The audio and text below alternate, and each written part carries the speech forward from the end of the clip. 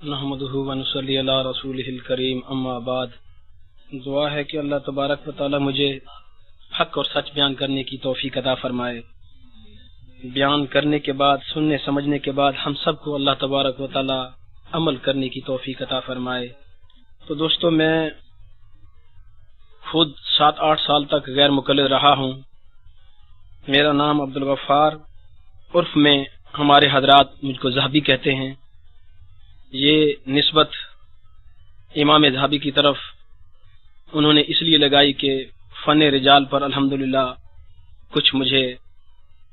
تعلق ہے، اس لیے۔ تو بہرحال میں 7-8 سال غیر مقلد رہا ہوں۔ یہ 1974 کی بات ہے، جب کہ میں اسکول میں پڑھتا تھا۔ اس دور میں میں ان کے ساتھ منسلک ہوا اور پھر تقریباً 8 اور 7 سال تک مسلسل میں غیر مقلد رہا۔ میرا ضلع بہاولپور ہے، تحصیل احمد پور شرقیہ ہے، اور شہر میرا ہے چھوٹا سا ایک احمد پور شرقیہ کے ساتھ ہے، احمد پور ایسٹ کے ساتھ، چنی گوٹ۔ میرے والد صاحب کا نام حاجی غلام محمد تھا، ابھی فوت ہو گئے ہیں وہ۔ تو وہاں کی جو غیر مقلد علماء کرام ہیں، ان میں سے مولوی عبداللطیف، مولوی عبدالرشید سلفی، یہ سب کے سب، مولوی محمد یونس، یہ سب کے سب میرے خاصے تعاون کرنے والے حضرات تھے، جو مجھ سے ہر حالت میں اپنا کام نکالنا چاہتے تھے، اور میں ان کی زبان بولتا رہا۔ اور غیر مقلد ہونے کے بعد تو میں اتنا جری ہو گیا تھا، جیسا کہ غیر مقلدین کی عادت ہے کہ اللہ اور اللہ کے رسول پر جھوٹ بولنا، پرواہ نہ کرنا۔ مثلا ایک دفعہ ہم بیٹھے تھے اور احمد پور شرقیہ سے کچھ کلومیٹر اس طرف راستے میں ایک جگہ ہے سبیل کلاب، وہاں ہمارے دوست تھے چودھری منظور احمد ڈھلو، وہ بھی میرے ساتھ بیٹھے تھے۔ ایک ہمارا شہر کا رہنے والا مولوی صاحب حنفی آ گیا اور اس نے سوال کر دیا کہ آپ کا دعویٰ ہے کہ ہمارا ہر مسئلہ قرآن و حدیث میں بالکل واضح طور پر ثابت ہے۔ تو انہوں نے یہ سوال کیا کہ اب ہم آپ سے یہی پوچھتے ہیں کہ یہ جو بھینس ہے، عربی میں اس کو جاموس کہتے ہیں، قرآن کے 30 پاروں میں سے ہمیں دکھا دیں کہ اللہ تبارک و تعالی نے ارشاد فرمایا ہو کہ جاموس حلال ہے، یا احادیث کے ذخیرے میں سے ایک حدیث پیش کر دیں جس میں نبی اقدس صلی اللہ علیہ وسلم نے فرمایا ہو کہ جاموس حلال ہے، تو ہم مان لیتے ہیں کہ واقعی آپ کے ہر مسئلہ جو ہے قرآن حدیث میں ہے۔ تو وہاں ہمارا ساتھی بیٹھا تھا، ہم نے بیک زبان چودھری منظور احمد ڈھلو اور میں دونوں بولے کہ ہاں، پہل چودھری منظور احمد ڈھلو نے کی اور ساتھ میں نے ہاں ملا دی۔ اس نے کہا کہ ہاں جی، ہمارے مولوی صاحب نے ہمیں بیان میں فرمایا تھا کہ نبی اکرم صلی اللہ علیہ وسلم نے فرمایا ہے پنجابی لینگویج میں کہ ایک کالی کالی ہوگی، اودا چٹا چٹا دودھ ہوگا، وہ حلال ہوئے گی۔ تو ہم نے یہ جھوٹ بول دیا کہ بھینس جو ہے وہ حلال ہے۔ تو جلدی سے اس نے کہا کہ یہ کالی کالی کا تو آپ نے نام لے لیا، کالے رنگ والے کی، لیکن بھینس تو کبھی بھورے رنگ کی بھی ہوتی ہے، تو اس کے لیے دوسری حدیث بنائیں گے آپ؟ تو یہ حال ہمارا تھا۔ اب بھی آپ دیکھ رہے ہیں کہ وہ یہی کچھ کرتے ہیں غیر مقلدین، قرآن اور حدیث کی تشریح اپنے الفاظوں میں کر کے اس کو قرآن و حدیث کا نام دیتے ہیں۔ تو بہرحال یہ تھا اس زمانے میں ہمارا حال۔ صحابہ کی خاص حیثیت ہماری نظر میں نہیں ہوا کرتی تھی۔ ائمہ کو تو ہم ایسے سمجھتے تھے کہ ہمارے چنی گوڑ کے ایک اور ساتھی حاجی محمد اسحاق نام کی، جن کی مسجد برج کے ساتھ ہے، یعنی ریلوے لائن پہ پل ہے اور اس کے ساتھ اس کی مسجد ہے اور کویت کے پیسوں سے بنی ہے۔ حاجی محمد اسحاق صاحب نے ہمارے ساتھی سے عرض کیا، بیان کیا کہ بھائی حاجی سلیمان، ان کا نام تھا حنفی، اس کو کہنے لگا حاجی سلیمان، امام ابو حنیفہ کا کیا ہے؟ امام ابو حنیفہ ایسے ہی تھے جیسے تو اور میں کسی مسجد کے امام ہیں۔ یعنی اس طرح، اس انداز سے، یعنی کہ ان لوگوں کا انداز ہے کہ امام ابو حنیفہ رحمہ اللہ جیسے تابعی کو ایسے سمجھتے ہیں جیسے آج کوئی گنڈیریوں کی ریڑھی لگانے والا ہو۔ اور اسی طرح ہمارے شہر میں چنڈی گڑھ شہر علیحدہ ہے اور اسٹیشن علیحدہ ہے. چنڈی گڑھ شہر میں رہنے والا غیر مقلدین کے پرانے لوگوں میں سے مولوی عبدالغفور ہے، اور وہ بازار میں موجود تھا تو بازار میں ایک چوہا نکل کے بھاگا اور اس نے سنیوں کو مخاطب کر کے کہا کہ بھئی یہ دیکھو یہ امام ابو حنیفہ جا رہا ہے. استغفر اللہ. تو یہ ان لوگوں کا عقیدہ اور یہ ان لوگوں کا مطلب اخلاق ہے کہ نہ تو نبی پاک صلی اللہ علیہ وسلم کی صحابہ کی ان کے نزدیک کوئی عزت ہے، اور نہ ہی تابعین کی کوئی عزت ہے، نہ ہی کسی امام کی کوئی عزت ہے، اور واقعی ان کا یہی حال ہے. جیسے کہ میں ابھی تھوڑی دیر پہلے بھائی کی بات سن رہا تھا تو یہ کہتے ہیں کہ ائمہ کو چھوڑو، بس صرف نبی کی بات مان لو. حقیقت میں یہ نہیں کہتے کہ ائمہ کو چھوڑو اور نبی کی بات مان لو، یہ صرف الفاظ ہوتے ہیں.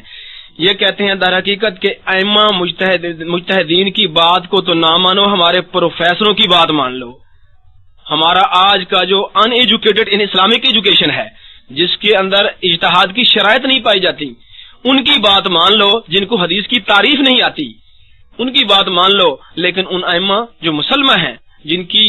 امامت عدالت اور جن کا مقام متواتر و متوارث ہے، جن کو سب لوگ مانتے ہیں اہل علم، ان کی تحقیق کو چھوڑ کر یہ آج کان کٹوں کی تحقیق کو ماننا شروع کر دو.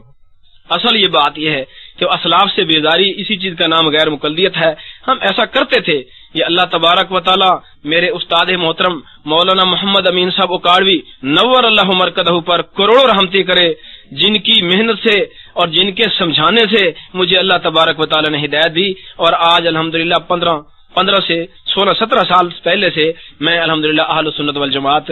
میں داخل ہوا، اور پکا اپنے آپ کو حنفی کہتا ہوں، اور اسی پر اللہ تبارک و تعالیٰ سے میں دعا گو بھی ہوں کہ اللہ تعالیٰ مجھے اسی پر زندہ رکھے اور اسی پر موت دے، کیونکہ اہل حق کا گروہ اہل سنت والجماعت حنفی سب سے بہتر اور اعلیٰ درجے پر ہے. یہ انہی کا مسلک اقرب الی القرآن و سنہ ہے.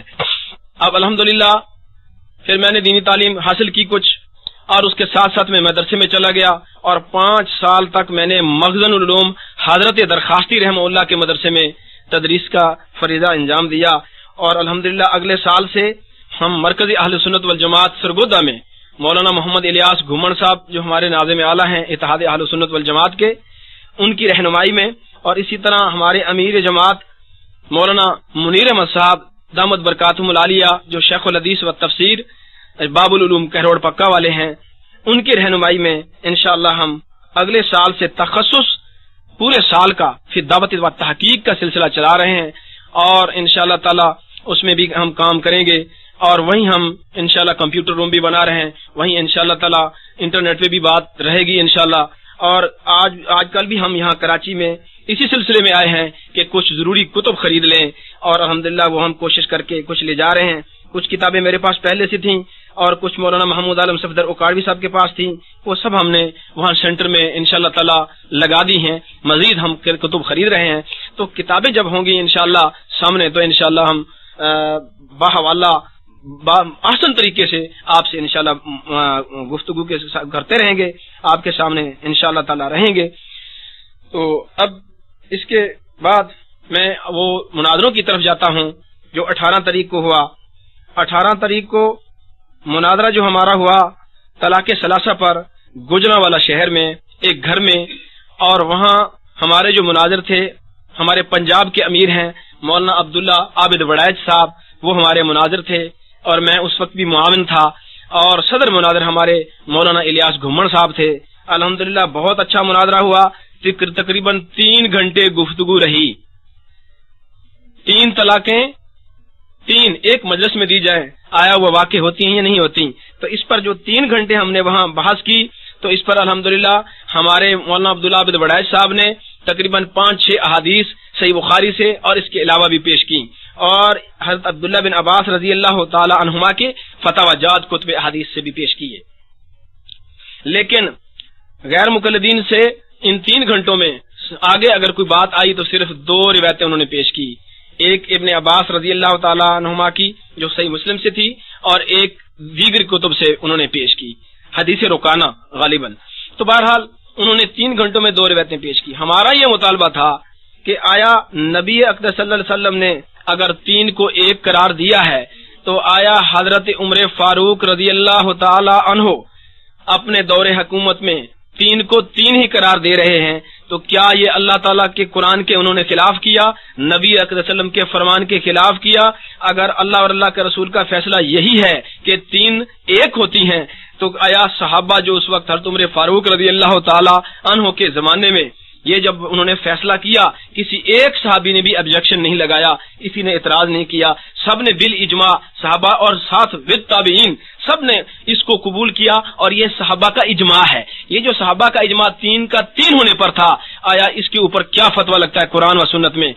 قرآن و سنت کی روح سے؟ آیا یہ اللہ کے قرآن کے خلاف ہے، نبی اکرم صلی اللہ علیہ وسلم کے خلاف ہے؟ اگر یہ صحابہ کا اجماع یعنی جمیع صحابہ اس وقت جو موجود تھے، عمر فاروق رضی اللہ تعالیٰ عنہ سب کے سب کیا اللہ اور اللہ کے رسول کے نافرمان ہو گئے تھے، نبی کا صلی اللہ علیہ وسلم کے فیصلے کے خلاف کرنے والے تھے؟ اگر خلاف کرنے والے تھے، جو نبی کے فیصلے کے خلاف کرے، اللہ کے قرآن کے خلاف کرے، اس کے اوپر قرآن و سنت کا فتویٰ کیا لگتا ہے؟ آپ فتویٰ لگائے۔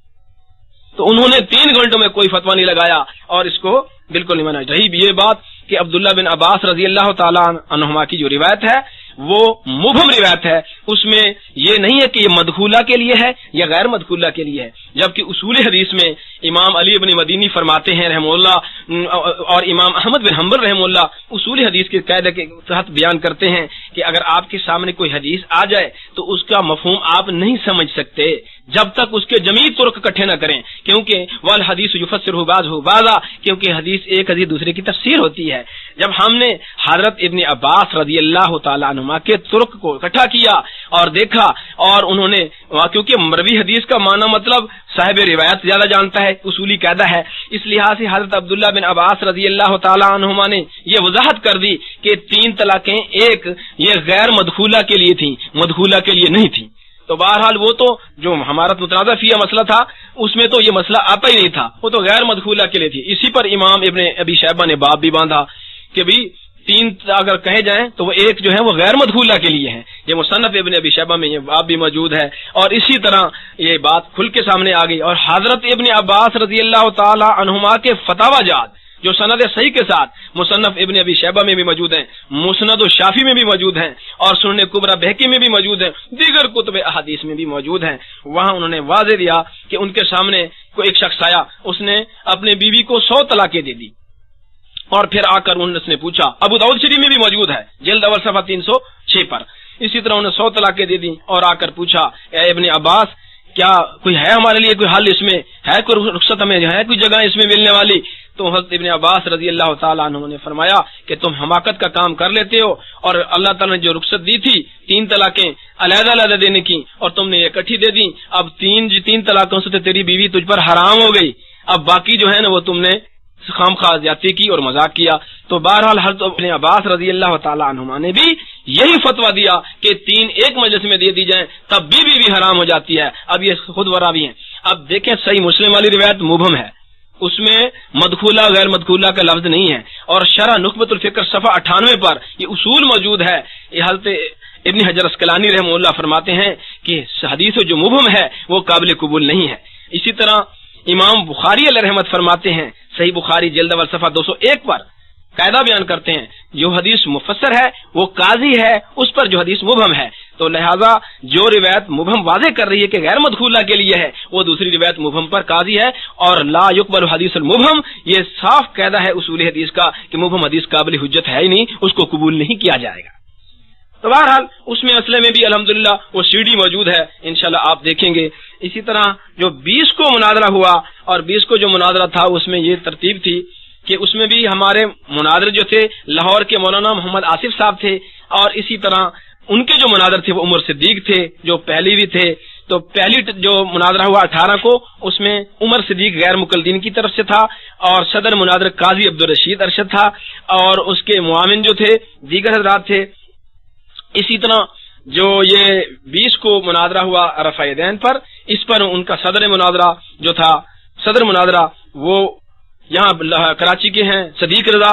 وہ تھے، اور زبیر علی زئی جو تھے یہ ان کے معاون تھے، اور ادھر سے الحمدللہ میں عبدالغفار مولانا آصف صاحب کا اور مولانا عبداللہ عابد بڑیچ کا معاون تھا، اور پہلی رات بلکہ مولانا محمود عالم صفدر اکاڑوی صاحب بھی معاون تھے، اور دیگر حضرات بھی تھے، ہمارے صدر مناظر وہی ایک ہی تھے۔ تو بہرحال جو 20 کو مناظرہ ہوا رفع دین پر، اس پر غیر مقلدین کو 3 گھنٹے میں تقریباً بات جو چلی وہ کافی شور اور شرابے میں چلی گئی۔ 1 گھنٹہ پہلے جو بات ہوئی اس میں انہوں نے چند روایات پڑھی، لیکن اپنے دعوے پر ان کی وہ دلیل ایک بھی نہیں تھی، الحمدللہ، اور نہ کبھی یہ دے سکتے ہیں۔ دیکھیں کتب احادیث میں، صحاح میں نبی اقدس صلی اللہ علیہ وسلم سے رفع دین کے اس بات کی روایات کو جب ہم دیکھتے ہیں تو آپ صلی اللہ علیہ وسلم سے 4 رکعت نماز میں 28 مرتبہ رفع دین کرنا ثابت ہے کتب صحاح میں، لیکن یہ اس پر آپ صلی اللہ علیہ وسلم نے دوام نہیں فرمایا۔ اب غیر مقلدین کہتے ہیں کہ 4 مقام کی رفع دین جو 4 رکعت نماز میں 10 مرتبہ بنتی ہے، یہ آپ صلی اللہ علیہ وسلم نے ہمیشہ کی، کبھی اس کو چھوڑا نہیں۔ تو ان کے ذمہ یہی دلیل ہے نا کہ وہ 10 مرتبہ رفع دین کا ثبوت پیش کریں اور وفات تک کے لفظ دکھائیں، یا یہ لفظ دکھائیں کہ آپ نے کبھی چھوڑا نہیں، یعنی 10 کا ثبوت باقی کا منع دکھا دیں، باقی کی نفی دکھا دیں۔ اور اسی طرح ہم 4 رکعت نماز میں جو شروع نماز میں رفع دین کرتے ہیں، باقی پوری نماز میں ہم رفع دین نہیں کرتے، تو ہمارا جواب دعویٰ یہی ہے کہ آپ صلی اللہ علیہ وسلم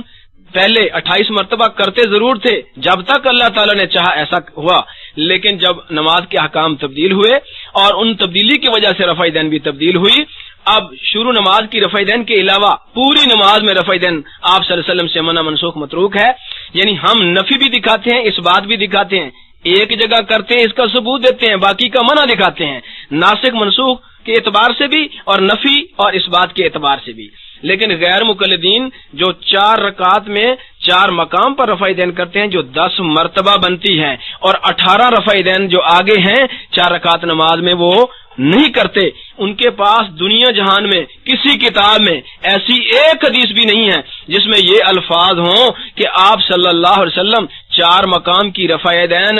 کرتے رہے، کبھی اس کو چھوڑا نہیں، اور باقی مقامات کی رفع دین منع اور منسوخ اور حرام ہے۔ یعنی نفی اس بات ان کی ایسی کوئی روایت نہیں جس میں نفی اس بات دونوں ہوں۔ مثال اس کی سمجھیں، ہمارا مسئلہ تو اس طرح ہے جیسے کہ مسئلہ توحید ہے۔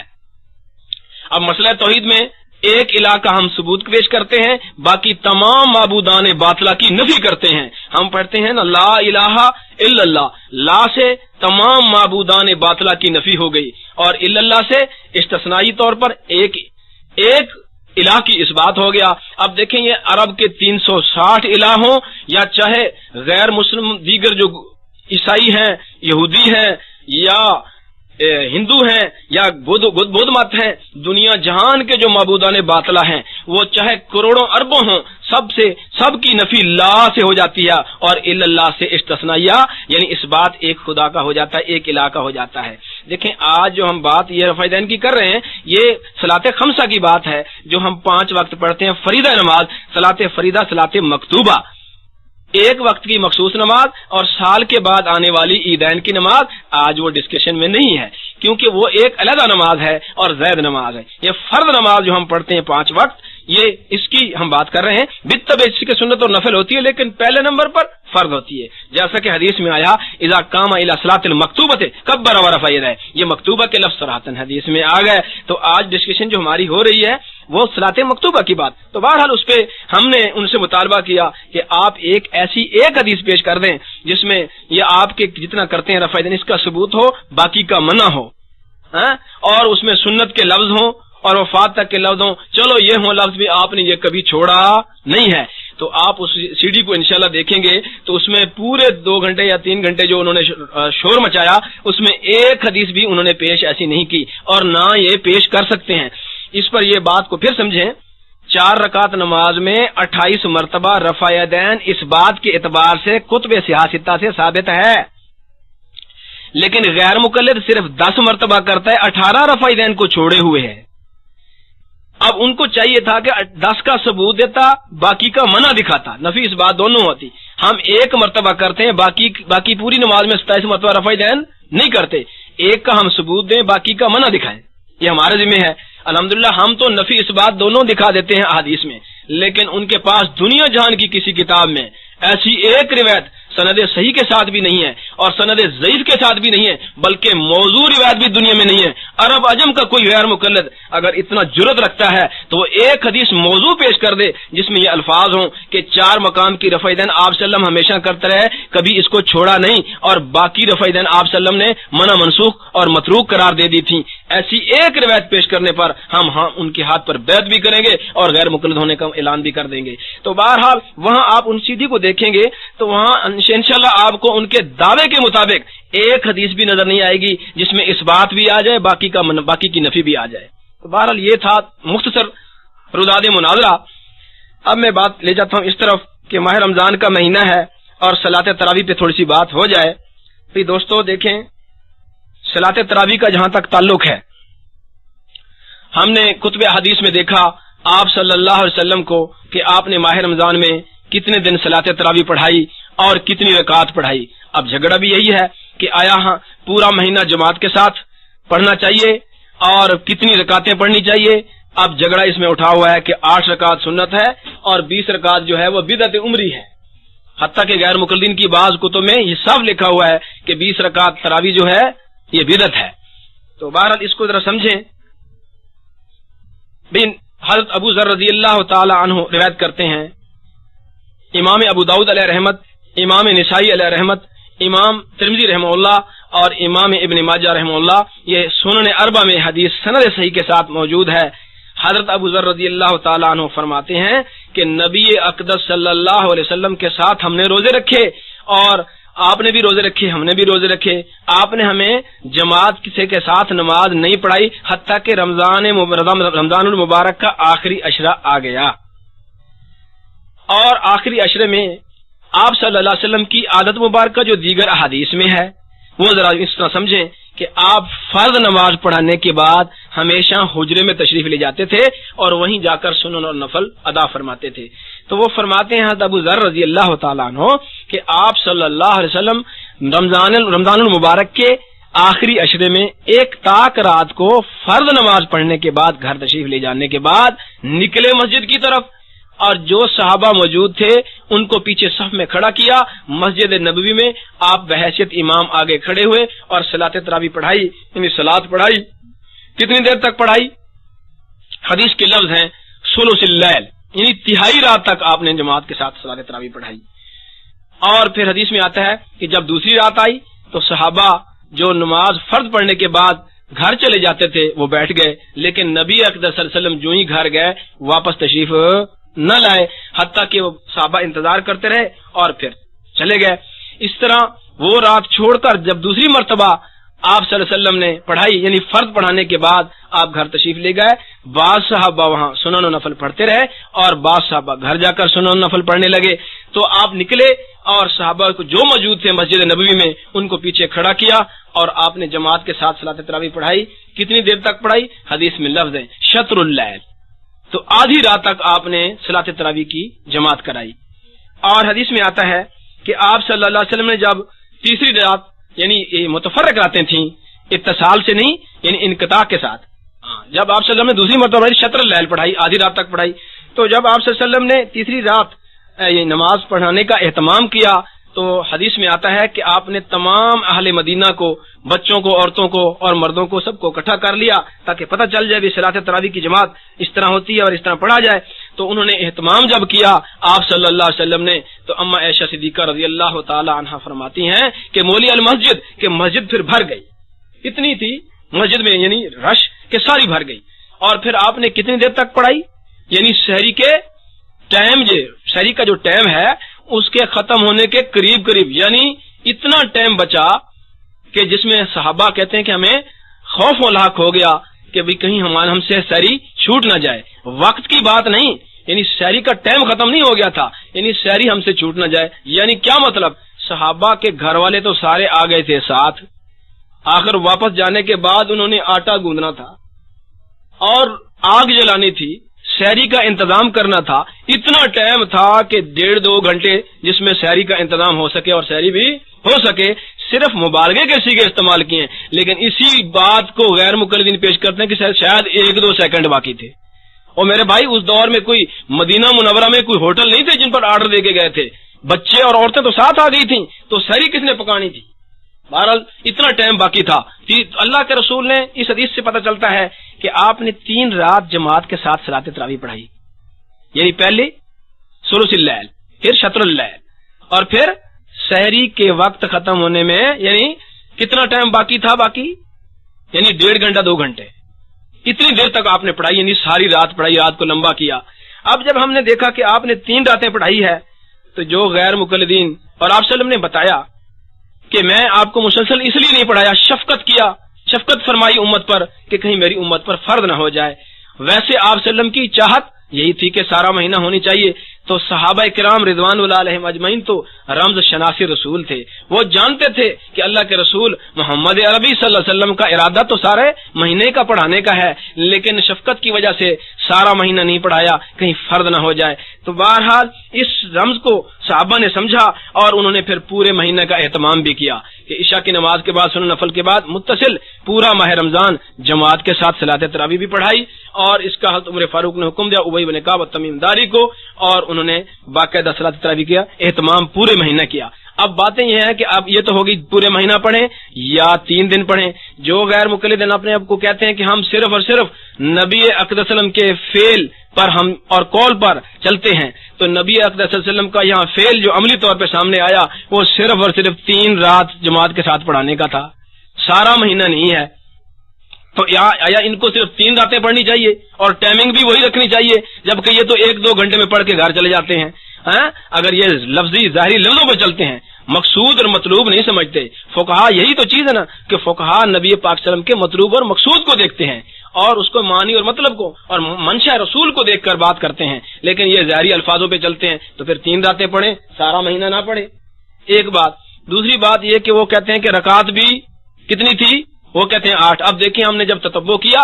کتب احادیث میں تو 3 قسم کی روایات ملی ہمیں۔ مثلا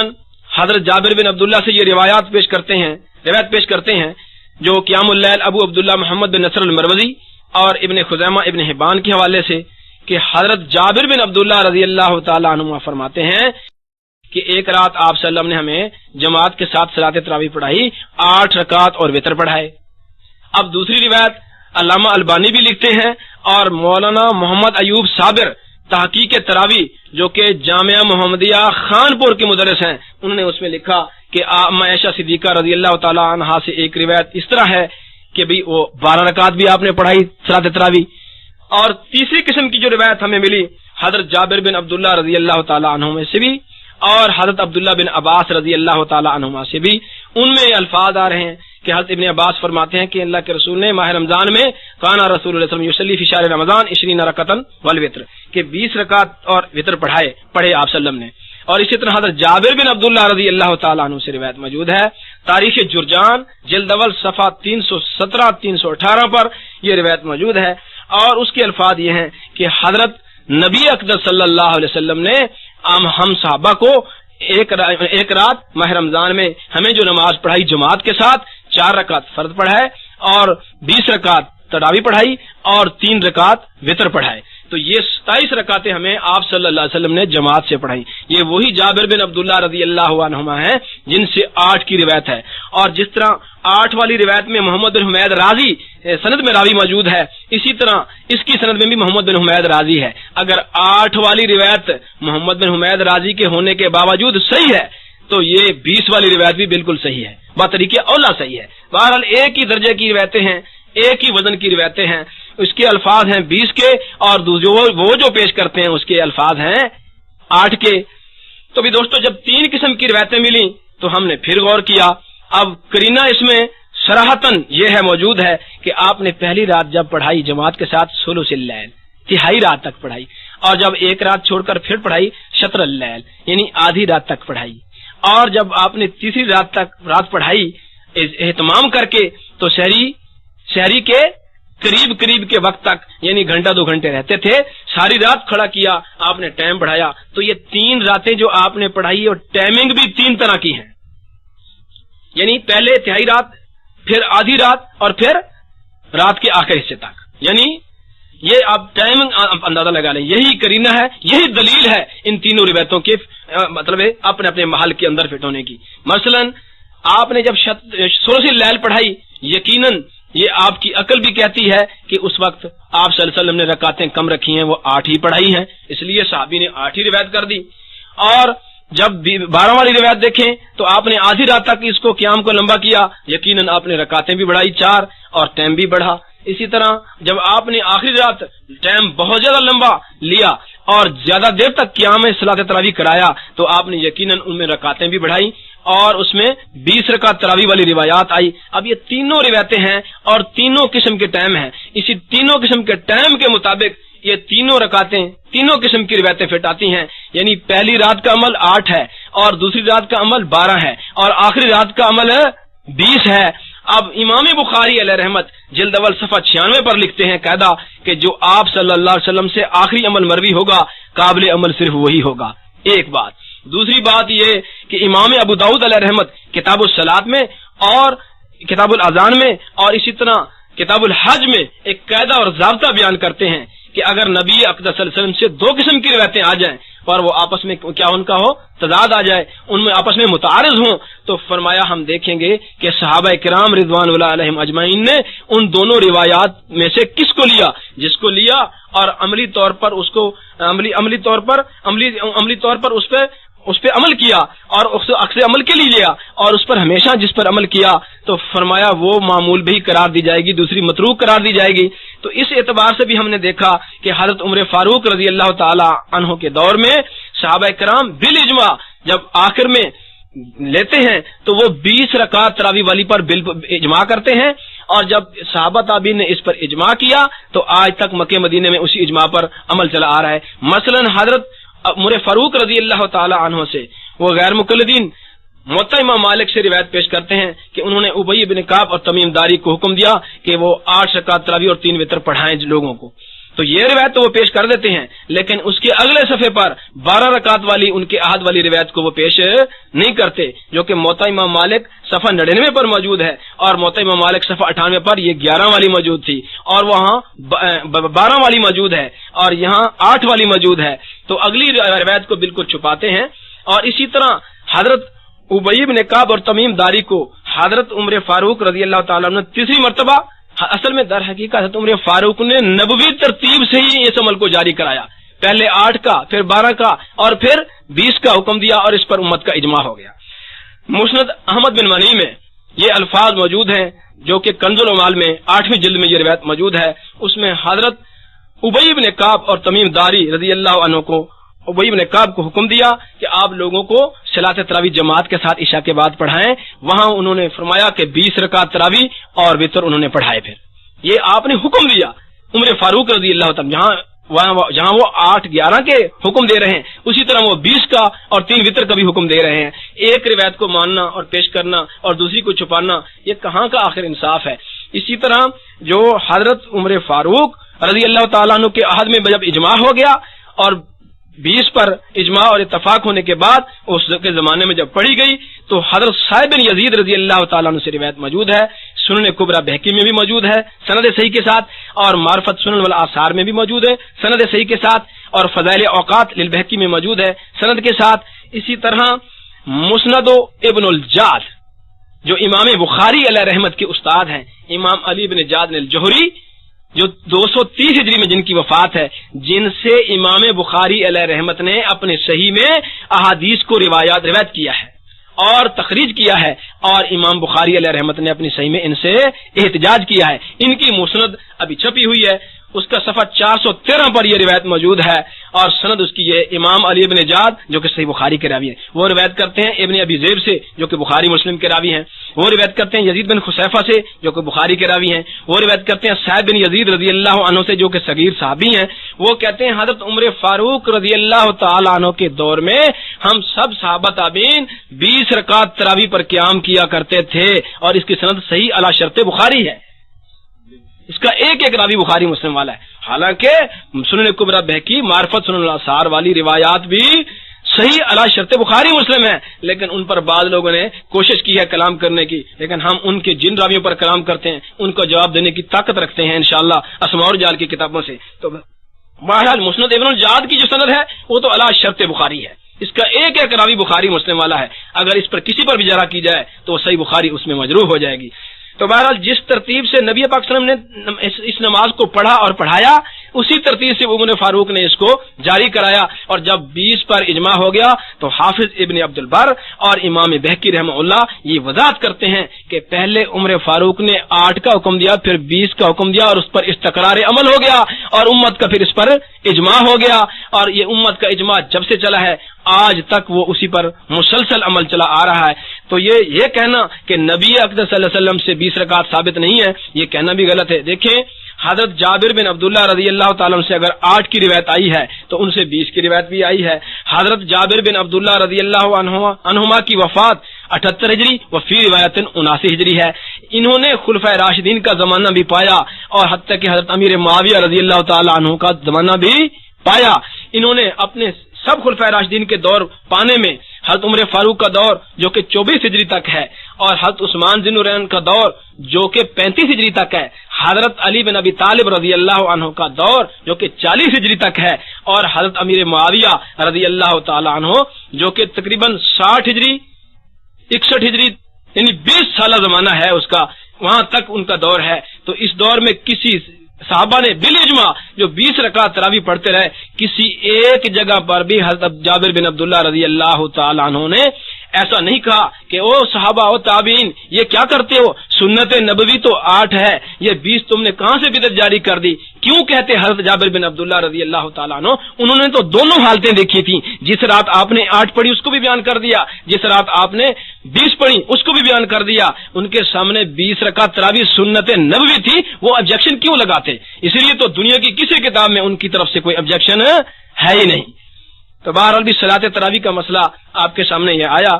اور اس کو آپ سمجھے ہیں، اسی پر چاروں ائمہ کا اتفاق ہے۔ امام شافعی رحمہ اللہ جو کہ ترمذی میں یہ روایت موجود ہے، امام ترمذی نقل کرتے ہیں کہ امام شافعی فرماتے ہیں کہ جب سے میں نے اپنے اہل مکہ کو پایا، وہ کیا دیکھتا ہوں کہ 20 رکعت تراویح پڑھتے ہی پایا ان کو میں نے۔ بہرحال مکے اور مدینے کے سب لوگ 20 رکعت تراویح ہی پڑھتے تھے، اور 20 رکعت ہی تراویح سنت نبوی ہے، جیسا کہ شیخ عبد القادر جیلانی رحمہ اللہ نے غنیۃ الطالب میں بھی لکھا۔ اسی طرح امام ابو حنیفہ رحمہ اللہ سے بھی یہی آتا ہے کہ یہ سنت موقدہ ہے۔ تو بہرحال بھی یہ 20 رکعت تراویح آج جو 20 رکعت کو چھوڑتا ہے، دیکھیں اگر نبی اقدس صلی اللہ علیہ وسلم سے 20 رکعت تراویح نہ بھی ثابت ہوتی تب بھی کوئی بات نہیں۔ ہم اہل سنت والجماعت حنفی مالکی شافعی حنبلی جو بھی ہیں سب کے نزدیک بالاجماع والاتفاق ادلہ اربع 4 ہیں۔ ہمارا مسئلہ قرآن سے ثابت ہوتا ہے، اگر قرآن سے ثابت نہ ہو تو کوئی بات نہیں، تب بھی ہم بے دلیل نہیں ہوتے۔ ہمارا مسئلہ پھر سنت رسول نبی کی حدیث سے ثابت ہو جاتا ہے، اور اگر سنت سے بھی ثابت نہ ہو